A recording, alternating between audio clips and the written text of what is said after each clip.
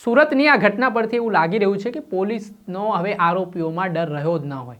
અવારનવાર આપણે બનાવો જોઈ રહ્યા છીએ કે અસામાજિક તત્વો એટલા બેફામ બન્યા છે કે તેઓ પોલીસને પણ ગણકારી રહ્યા નથી। તેમના ઉપર જીવલેણ હુમલાઓ કરી રહ્યા છે, તેમને કચડવાના પ્રયાસો કરી રહ્યા છે કે તેમને મારવામાં આવી રહ્યા છે। ત્યારે ફરી એકવાર સુરતના અઠવા લાઇન્સ હદ વિસ્તારનો બનાવ છે કે જ્યાં સલાબતપુરા પોલીસ સ્ટેશનમાં ફરજ બજાવતા પોલીસ કર્મીઓ પુંજાભાઈ અને ભૂપેન્દ્ર પરમાર પોતાની ફરજ ઉપર હતા। આ દરમિયાન અઠવા લાઇન્સ વિસ્તારમાંથી જે સલાબતપુરા તરફ એક શંકાસ્પદ રિક્ષા જઈ રહી હતી। આ બંને પોલીસ કર્મચારીઓ છે તે આ રિક્ષાનો પીછો કરે છે, ત્યારબાદ તે રિક્ષાને પકડવાના પ્રયાસો કરે છે। આ સલાબતપુરા વિસ્તારમાં ગધા મોહલ્લા છે, ત્યાં રિક્ષા પહોંચે છે અને આટલામાં આ રિક્ષામાં 4 જેટલા આરોપીઓ હોય છે। પોલીસ કર્મચારીઓ તે આરોપીઓને પકડે તે પહેલાં જ જે લાકડીઓ હોય છે તે લાકડીઓ વડે આરોપીઓ પોલીસ કર્મચારીઓ પર તૂટી પડે છે।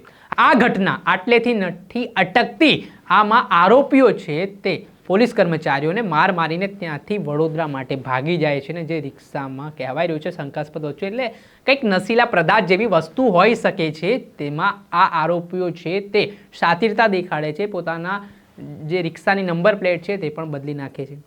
આ મામલાને લઈને સ્થાનિક પોલીસ સ્ટેશન ખાતે આરોપીઓ વિરુદ્ધ ફરિયાદ દાખલ થઈ હતી। સુરત પોલીસ દ્વારા તપાસનો ધમધમાટ શરૂ કરવામાં આવ્યો હતો અને ગણતરીના કલાકોમાં 3 જેટલા આરોપીઓની ધરપકડ પણ કરવામાં આવી છે। ત્યારે આ મામલે શું કહી રહ્યા છે સુરતના ઉચ્ચ અધિકારી તે સાંભળી લો।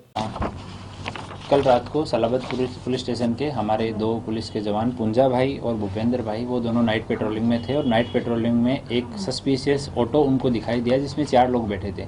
जैसे ही वो लोग ऑटो की तरफ गए तो ऑटो वाले ने वहाँ से ऑटो को भगाया तो उन्हें डाउट हुआ और वो ऑटो के पीछा किया उन्होंने बाइक से। तो यहाँ पे अठवा पुलिस स्टेशन की हद तक ऑटो आ गया और यहाँ हबीब शाह मोहल्ला जो है वहाँ उस गली में आके ऑटो में से जो 4 लोग थे वो उतरे और उन्होंने पुलिस का सामना किया। उन्होंने बताया कि हम पुलिस वाले हैं और तुम लोग क्यों वहाँ से भगा के आए हो। उसके बाद उन ऑटो वाले जो 4 लोग थे उन्होंने पुलिस के साथ में झपाझपी की, जिसका एक वीडियो भी सोशल मीडिया पे वायरल हुआ है। इसमें हमारे पुलिस के जवान की फरियाद के ऊपर अठवा पुलिस स्टेशन में FIR दर्ज की गई है और ऑटो में कुल 4 आरोपी थे। एक मोहम्मद तुफेल मोहम्मद हनीफ शेख, ये रिक्शा चलाता है और ये नानपुरा सूरत का ही रहने वाला है। इसके ऊपर ऑलरेडी 7 गुना है जिसमें एक मर्डर का गुना भी है और अभी इसको वडोदरा से हमने रात को वडोदरा SOG और वहाँ एक पुलिस स्टेशन जो लोकल पुलिस स्टेशन है उसकी टीम की मदद से वहाँ से डिटेन किया गया। दूसरा आरोपी हनीफ उर्फे मोनू हारून शेख, ये अमरोली का रहने वाला है, इसके ऊपर भी एक गुना है। तीसरा आरोपी है अब्दुल साहिल अब्दुल रऊफ शेख, ये संग्रामपुरा का रहने वाला है और उसके ऊपर भी सलाबतपुरा पुलिस स्टेशन में एक गुना दर्ज है। तो 3 आरोपी हैं, उनमें से 2 को हमने वडोदरा से डिटेन किया है और 1 आरोपी को सूरत से पकड़ा है और 1 आरोपी नितिन उर्फे लंगड़ा, उसके लिए अभी टीम लगी हुई है और उसको हम जल्दी ही पकड़ लेंगे। आरंभिक पूछताछ में इन्होंने बताया है कि कोई मेडिकल की गोलियां हैं जिसका ये पूरा का पूरा पत्ता एक साथ ये लोग ले लेते हैं। तो वो पत्ता हम लोग तपास कर रहे हैं कि कौन सी मेडिकल से किस तरह का पत्ते का ये लोग यूज करते हैं। कि मैं उसके नशे में था, जो मूल आरोपी है उसने आरंभिक पूछताछ में बताया और मुझे पता नहीं लगा कि ये पुलिस है, इस तरह का उसने प्रारंभिक पूछताछ में बयान दिया है। और ये जितने इनके ऊपर आरोपियों पे केस है उन सब की विगत हम लोग मंगवा रहे हैं और डिटेल में अभी पूछताछ सभी आरोपियों के साथ में चल रही है। इसके बाद में उचित जो भी कार्यवाही है वो की जाएगी। अगर किसी केस में ये कंडीशनल बेल पे हैं तो इनकी बेल कैंसिल कराने की कार्यवाही की जाएगी। सर 20 घंटे के बाद मामला क्यों इतना लेट हुआ?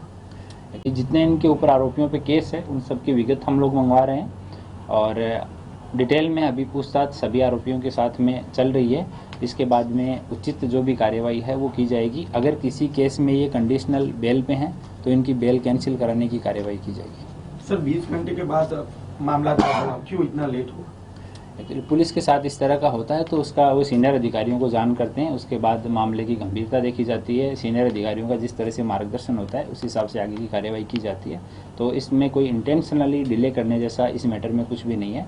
एक प्रॉपर प्रोसीजर के साथ में और पूरे फैक्ट हम लोग कलेक्ट करके उसके बाद में दाखिल करना चाहते हैं। सर वारदात के समय पुलिस कंट्रोल रूम को भी कॉल किया गया जी, तो एक्शन क्यों तुरंत नहीं लिया गया? जिस समय ये लोग पीछा कर रहे थे उस समय हमारे जो पुलिस के जवान हैं उन्होंने चलती हुई बाइक से भी पुलिस कंट्रोल रूम को इन्फॉर्म किया था लेकिन पुलिस की गाड़ियों का संकलन है वो उस हिसाब से नहीं हो पाया। आगे का रास्ता नहीं पता था कि किधर का रास्ता ब्लॉक करना है। कंट्रोल रूम ने कई गाड़ियों को मैसेज दिए, जिसमें कंट्रोल रूम की लॉग बुक भी हमने चेक की है, तो उसमें ये बात स्थापित होती है कि कई सारी गाड़ियों को मैसेज दिए गए कि पॉसिबल जो भी रास्ते हैं वहाँ से भागने के, उधर हर गाड़ी को अलर्ट किया गया। पर इधर आ गए तो यहाँ अठवा की गाड़ियों को भेजा गया, लेकिन वो घटना स्थल पे 1 मिनट जितना टाइम ही रुके, उसके बाद वो लोग भाग गए।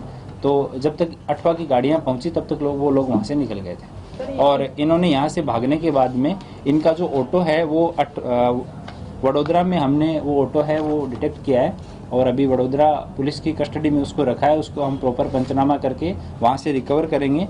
उस ऑटो का नंबर जो था वो GJ05CX4766 था। तो आरोपियों ने उस ऑटो की पहचान छुपाने के लिए भी GJ05 को GJ06 कर दिया कलर से, और जो बीच में CX था उसको OX बना दिया, और 4755 एक्चुअल नंबर था उसको कलर से 4766 कर दिया। इसका विजुअल और फोटोग्राफ हम आपको प्रोवाइड कर देंगे। और अभी वडोदरा में ऑटो को GJ06 कर दिया कलर से, और जो बीच में CX था उसको OX बना दिया, और 4755 एक्चुअल नंबर था उसको कलर से 4766 कर दिया। इसका विजुअल और फोटोग्राफ हम आपको प्रोवाइड कर देंगे। और अभी वडोदरा में ऑटो है वहाँ पे, और वहाँ से प्रॉपर पंचनामा करके इस अक्षय में और उसको कस्टडी में लिया जाएगा। सर जो असॉल्ट हुआ है उसमें इंजरीज हुई हैं?